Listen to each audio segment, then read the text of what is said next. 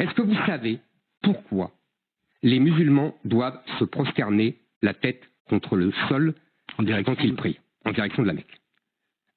Est-ce que vous savez pourquoi? Par soumission à Dieu.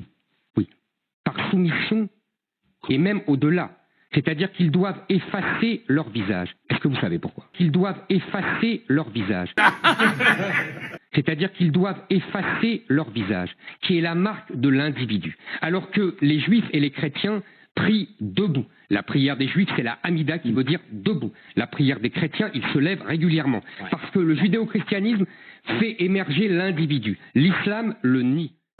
De l'extérieur, il n'y a pas de doute. Cet édifice est une synagogue située dans la localité de Matzliar, dans la périphérie de Tel Aviv. Une synagogue un petit peu particulière, puisqu'ici les fidèles doivent ôter leurs chaussures avant d'y pénétrer. Et à l'intérieur, c'est à s'y méprendre.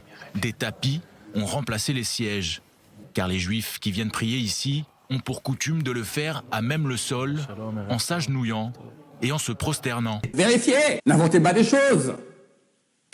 Des rites qui ne sont pas sans rappeler ceux de l'islam.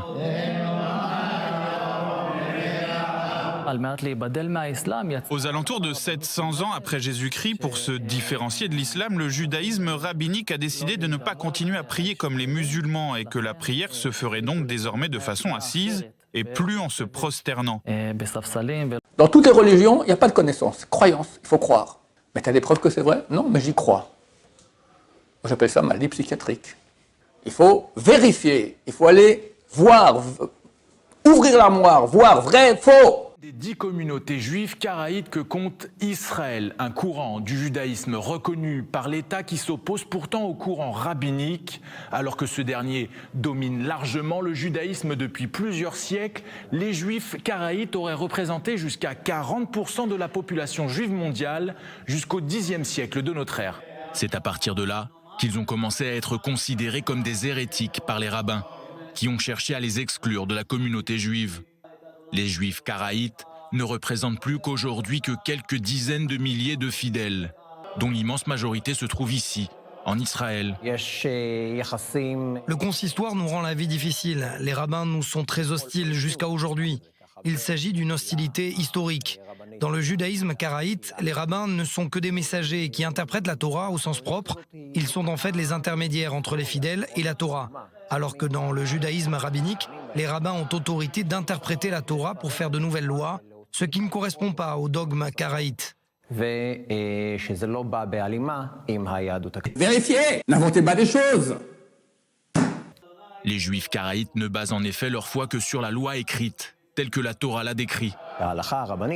Selon la loi rabbinique, même si ton rabbin te dit que noir c'est blanc, tu dois lui dire amen. Le judaïsme karaïte se base sur l'idée que le bien se trouve dans la Torah et qu'il n'y a pas besoin de se fier à l'opinion d'un autre. La compréhension de la Torah dépend de l'individu.